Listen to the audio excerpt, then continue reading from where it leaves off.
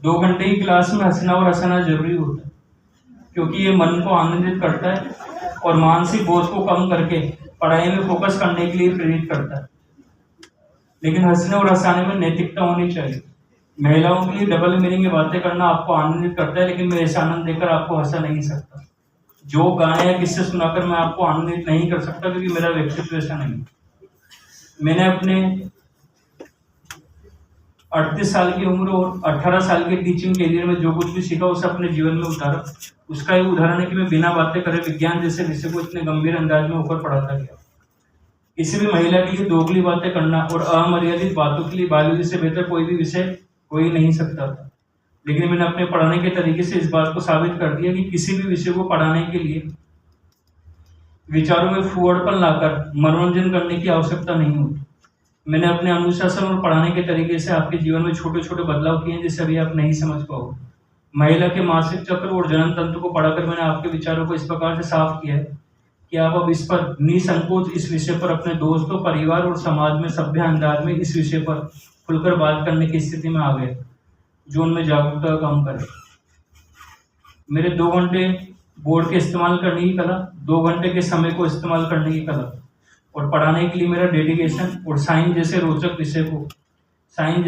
विषय को इस गहराई से समझाने की कला।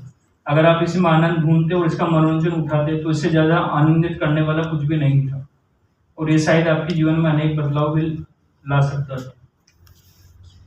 मुझे पता है आप में से बहुत सारे लोग नादान उम्र में हैं। अगर मैं आपके साथ नादान बनता तो मेरा मन मुझे विचलित कर देता। मैंने अपने विचारों को आपकी लाखों कोशिशों के बाद भी आपके विचारों के आगे नतमस्तक होने नहीं दिया, बल्कि मुझे विश्वास है कि जिसने साइंस की क्लास पूरी ईमानदारी से ली है, तो मैं ही जाते समय आपकी सोच बदल कर जाऊंगा।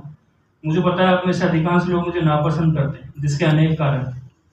शायद मैं अगर सबको पसंद आता तो जमीन पर रहकर आसमान की परिधि में खो जाता। जीवन में कुछ आलोचक भी जरूरी है जो आपको जमीन की परिधि में सीमित रखते। ना मेरी में ईगो है, ना मेरी में एटीट्यूड है, ना ही मैं अपना आपको पता नहीं क्या समझता। फिर भी अगर आपको ऐसा लगता है कि मेरे में ईगो है, एटीट्यूड है, तो लगने दीजिए, क्योंकि लगने की गलतफहमी का कोई भी इलाज नहीं होता। जिन लोगों को फिर भी लगता है कि आप ऐसे ही हो सकता है मैं ऐसा ही, क्योंकि ईमानदारी से जिस लक्ष्य को पूरा करने के लिए आप यहाँ आए हो, उस लक्ष्य को अगर आप भूल गए हो तो मैं जबरदस्ती ईगो और एटीट्यूड दिखाकर उस लक्ष्य को पूरा कराने की कोशिश मेरी तरफ से करता रहूंगा, चाहे मेरे ऊपर किसी प्रकार का टैग लगाते जाए।